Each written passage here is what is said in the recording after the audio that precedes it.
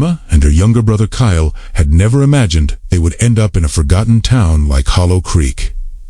After their parents died suddenly in a tragic car accident, the siblings desperately needed a place where they could restart their shattered lives. Emma, 24, strong but struggling, took full responsibility for 18. The cabin they moved into was old, wooden, and isolated, surrounded by the endless Appalachian forest. Just behind the cabin flowed Hollow Creek, a long, narrow stream of water that looked peaceful in daylight but unsettling at dusk. The locals spoke very little, but their fearful glances told Emma something was wrong. An elderly woman at the town's only store approached them on their first day. "You're staying near the water?" she asked with a trembling voice.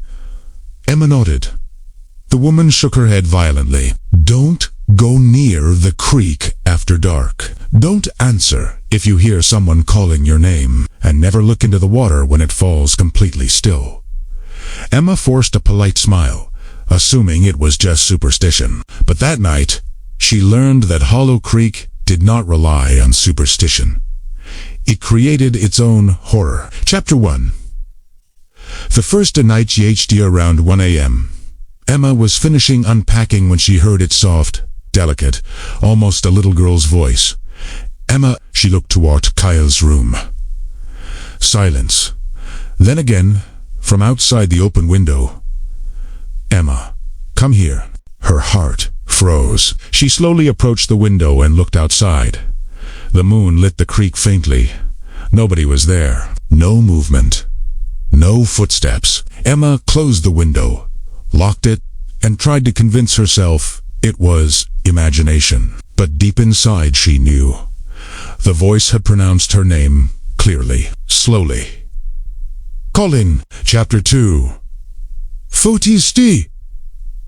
First to second night, Kyle screamed. Emma rushed into his room and found him shaking uncontrollably. "She was standing right here," he whispered.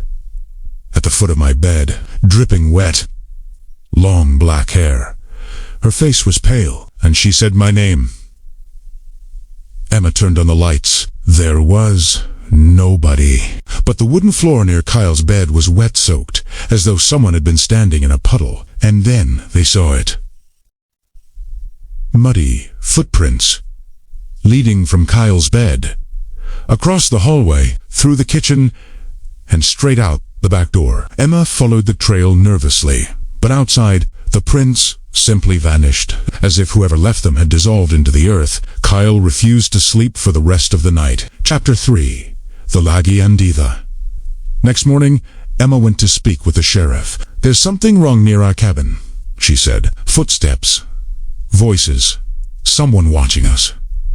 The sheriff stared at her with dead, tired eyes. "You should have stayed away from the creek."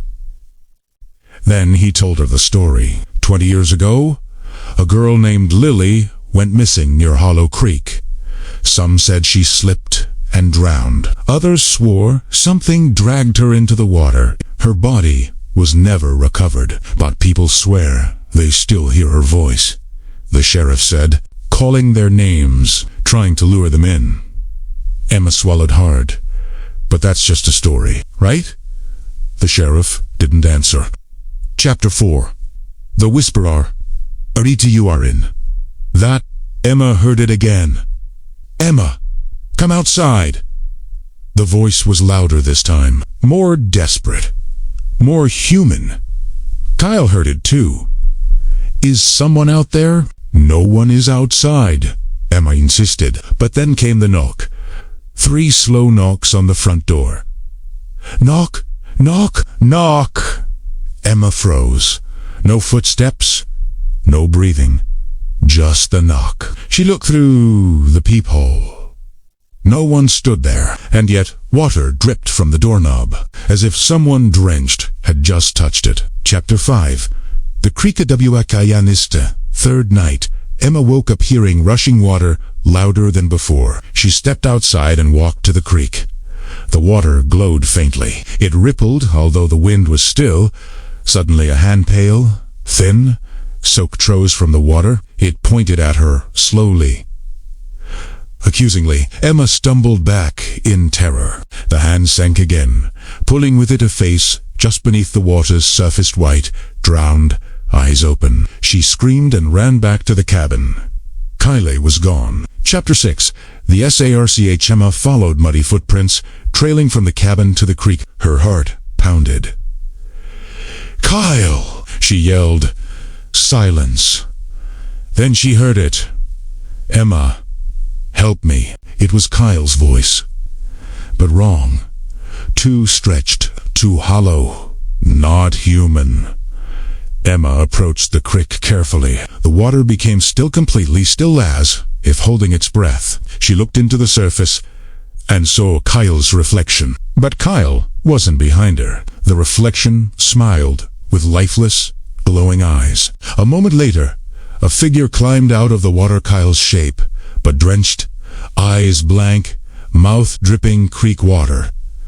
"Emma," it said with a gargling sound. Chapter 7. The truth of the CREEK. The creature wasn't Kyle. It was what remained of Lily using Kyle's form to lure her. The creek didn't just drown people. It kept their souls trapped beneath the water, using their voices, their faces, to pull others in. Emma tried to run, but the muddy ground pulled at her feet. The water rose, snaking around her ankles like hands gripping her. She tried to scream, but the water silenced her. Chapter 8. The Endetha. Next morning, the sheriff found the cabin empty. 2 bowls of cereal on the table. Lights on. Front door open. No Emma, no Kyle. Just wet footprints leading toward the creek and stopping at the edge. The water was calm, too calm. Moments later, a faint whisper moved across the surface. "Kyle." "Emma, help me." The sheriff shuddered. The creek had 2 new voices now, and it was waiting for